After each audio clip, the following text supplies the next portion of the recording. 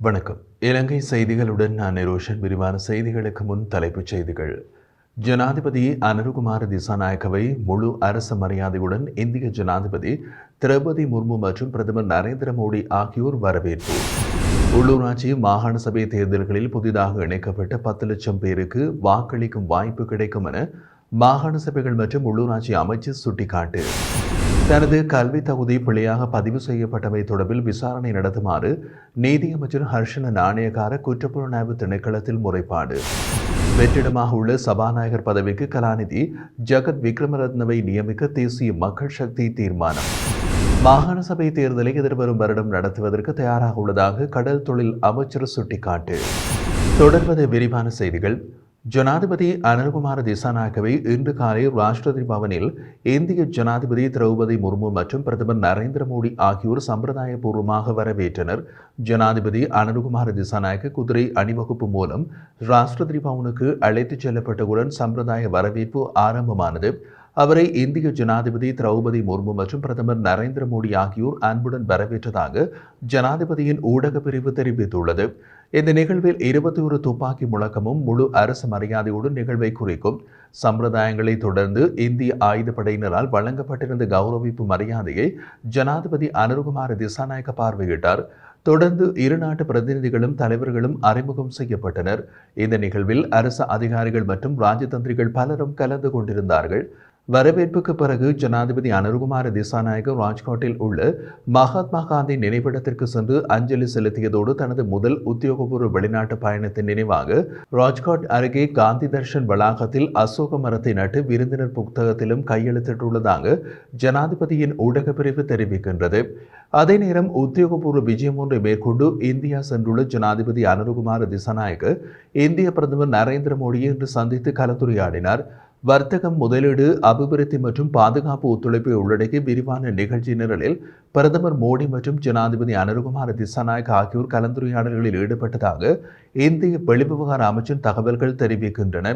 மேலும் இந்திய ஜனாதிபதி திரௌபதி முர்முவுக்கும் ஜனாதிபதி அனுருகுமார திசாநாயக்கவுக்கும் இடையிலான சந்திப்பு இன்று இரவு நடைபெறுகிறது.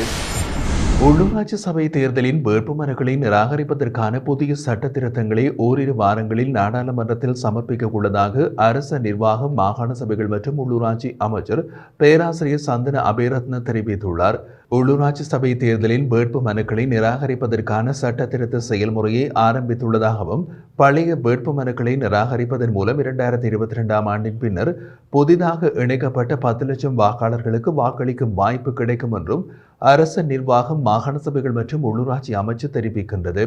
340 உள்ளூராட்சி சபை நிறுவனங்களுக்காக 2711 வேட்பாளர்களை தெரிவு செய்வதற்கான உள்ளூராட்சி சபை தேர்தலுக்காக கடந்த ஆண்டு ஏப்ரல் மாதத்தில் வேட்பு மனுக்கள் கோரப்பட்டிருந்தன. அத்துடன் 24 மாநகர சபைகள், 41 நகர சபைகள் மற்றும் 275 பிரதேச சபைகளுக்காகவும் வேட்பு மனுக்கள் கோரப்பட்டிருந்தது. இவ்வாறு உள்ளூராட்சி சபை தேர்தலுக்காக வேட்பு மனுக்களை வழங்கியவர்களுள் சுமார் 3000 அரசாங்க உத்தியோகத்தர்கள் உள்ளடங்குவதோடு சுமார் 8000 பேர் வெளிநாடுகளுக்கு சென்று அல்லது உயிரிழந்துள்ளதாகவும் தகவல்கள் தெரிவிக்கின்றன. உள்ளூராட்சி மற்றும் மாகாண சபை தேர்தலை அடுத்த வருடம் நடத்த திட்டமிட்டுள்ளதாக ஜனாதிபதி அனுருகுமார திசாநாயக்க இந்திய வெளியுறவு அமைச்சர் எஸ். ஜெய்சங்கரிடம் உறுதியளித்துள்ளார். உள்ளூராட்சி மற்றும் மாகாண சபை தேர்தலை அடுத்த வருடம் நடத்த திட்டமிட்டுள்ள அரசாங்கம் ஒத்திவைக்கப்பட்ட உள்ளூராட்சி சபை தேர்தலுக்கான வேட்பு மனுக்களை ரத்து செய்து மீண்டும் கோர முடிவு செய்துள்ளது. ஏப்ரல் முதல் பாதியில் உள்ளூராட்சி தேர்தலை நடத்த முடிவு செய்யப்பட்டுள்ளதாகவும் 7 வருடங்களுக்கு மேலாக பிற்போடப்பட்டுள்ள மாகாண சபை தேர்தலை செப்டம்பர் மாதம் நடத்தவும் அரசாங்கம் திட்டமிட்டுள்ளது. மாகாண சபை தேர்தலுக்கு முன்னர் இது தொடர்பான சட்ட நடவடிக்கைகள் விரைவாக முடிப்பதற்கு அரசாங்கம் தேவையான நடவடிக்கைகளை மேற்கொண்டு வருவதாகவும் தெரிவிக்கப்படுகிறது. இந்த நிலையில் தற்போது இந்தியா சென்றுள்ள ஜனாதிபதி அனுருகுமார திசாநாயக்க நேற்றிரவு இந்திய வெளியுறவு அமைச்சர் ஜெய்சங்கரை சந்தித்த போது மாகாண சபை தேர்தல் குறித்த நிலைப்பாட்டை அறிவித்ததோடு அது நடத்தப்படும் காலப்பகுதியையும் சுட்டிக்காட்டினார். புதிய அரசியல் அமைப்பு வரும் வரை தமிழர்களுக்கு நிரந்தரமான அரசியல் தீர்வு எட்டப்படும் வரை மாகாண சபை முறைமை மாறாதென்றும் ஜனாதிபதி இந்த சந்திப்பில் உறுதியளித்துள்ளார். நீதியமைச்சர் ஹர்ஷன நாணயக்கார தனது கல்வி தகுதி தொடர்பான பிழையான தரவுகள் பாராளுமன்ற தரவுத்தளத்தில் பதிவு செய்யப்பட்டமை தொடர்பில் விசாரணை நடத்துமாறு குற்றப்புலனாய்வு திணைக்களத்தில் முறைப்பாடு செய்துள்ளார். நீதியமைச்சர் சட்டத்தரணி ஹர்ஷன நாணயக்காரவின் கல்வி தகமைகள் தொடர்பான விவரங்கள் பாராளுமன்ற இணையதளத்தில் பிழையான தரவுகளை மேற்கோள் காட்டி தவறானவை என்று கடந்த வாரம் இலங்கை நாடாளுமன்றம் ஒப்புக்கொண்டது. நாடாளுமன்ற இணையதளத்தில் உள்ள நாடாளுமன்ற உறுப்பினர்களின் கோப்பகத்தில் அமைச்சர் ஹர்ஷன நாணயக்காரவின் பெயருக்கு முன்னால் உரிய தரவுகளை உள்ளீடு செய்வதில் ஏற்பட்ட பிழை காரணமாக டாக்டர் என்ற தலைப்பு குறிப்பிடப்பட்டுள்ளதாக சட்டவாக்க சேவைகள் பணிப்பாளர் ஜெயலத் பரேரா தெரிவித்திருந்தார். அரசாங்க எம்பிக்களின் கல்வி தகுதி தொடர்பான அண்மைக்கால சர்ச்சைகளை கருத்தில் கொண்டு இது தனிமைப்படுத்தப்பட்ட சம்பவமாக தெரியவில்லை என்று கூறிய அமைச்சர் நாணயக்கார எவ்வாறான பிழைகள் தரவுகள் எவ்வாறு உள்ளிடப்பட்டன என்பதை கண்டறிவது அவசியமானது என்று இன்று ஊடகங்களுக்கு தெரிவித்தார். மேலும் இந்த விவகாரம் தொடர்பாக வெளியான பல்வேறு ஊடக செய்திகளால் தனது நற்பெயருக்கு ஏற்பட்ட சேதம் குறித்து சிவில் வழக்கு தாக்கல் செய்வதற்கான நடவடிக்கைகள் மேற்கொள்ளப்பட்டு வருவதாகவும் கூறினார். எவ்வாறாயினும் பாராளுமன்றம் தொடர்பான சரியான கேள்விகளை பொதுமக்கள் கேட்க ஆரம்பித்துள்ளமை குறித்து அரசாங்கம் மகிழ்ச்சி அடைவதாகவும் நீதியமைச்சர் மேலும் குறிப்பிட்டிருந்தார். அசோக ரன்வலவின் ராஜினாமாவை தொடர்ந்து வெற்றிடமாக உள்ள சபாநாயகர் பதவிக்கு கலாநிதி ஜெகத் விக்ரமரத்னவை நியமிப்பதற்கு தேசிய மக்கள் சக்தி தீர்மானித்துள்ளதாக தெரிவிக்கப்பட்டது. அதன்படி இன்று அவர் பெயர் கட்சியில் ஏற்றுக்கொள்ளப்பட்டு நாளை சபாநாயகர் பதவி வெற்றிடத்தை அறிவிக்கும் போது நாடாளுமன்ற கூட்டத்தொடரின் தொடக்கத்தில் முன்மொழியப்படும் என்றும் தெரிவிக்கப்படுகிறது. இந்த நிலையில் எதிர்க்கட்சியினாலும் சபாநாயகர் பெயர் முன்மொழியப்படும் என ஐக்கிய மக்கள் சக்தியின் நாடாளுமன்ற உறுப்பினர் நளின் பண்டார தெரிவித்திருந்த போதிலும் அது நெறிமுறை அற்றது என்று குறிப்பிடப்படும் அதே நேரம் வேறு பெயர் பரிந்துரைக்கப்பட்டால் அந்த பெயரை தெரிவு செய்ய ரகசிய வாக்கெடுப்பு நடத்தப்படும் என்றும் குறிப்பிடப்படுகிறது.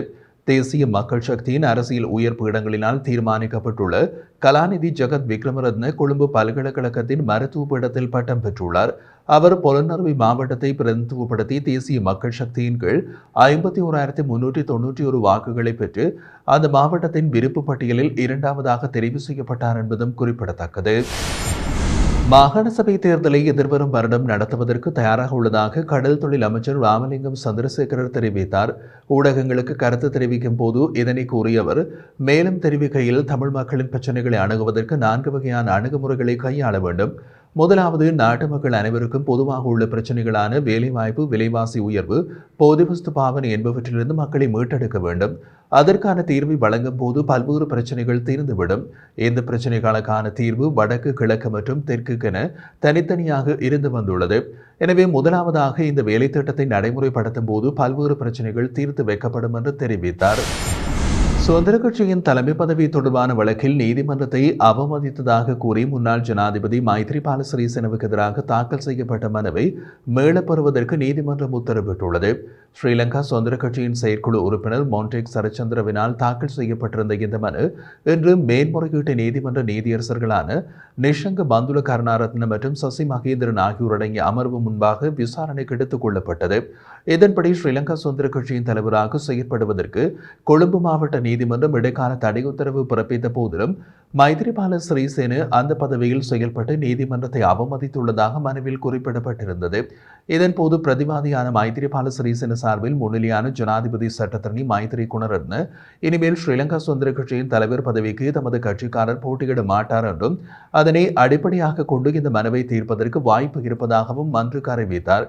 இந்த நிலையில் மனுதாரர் சார்பில் முன்னிலையான சட்டத்தரணி சாந்தி ஜெயவர்தன இந்த அறிவிப்பில் திருப்தி அடைவதாகவும் சமர்ப்பிக்கப்பட்ட உண்மைகளின் அடிப்படையில் மனுவை தீர்ப்பதற்கு சம்மதிப்பதாகவும் தெரிவித்திருந்தார். அதன்படி மனுவை விசாரித்த மேல்முறையீட்டு நீதிமன்ற நீதியரசர்கள் மனுவை மீளப்பெறுவதற்கு உத்தரவிட்டுள்ளமை குறிப்பிடத்தக்கது.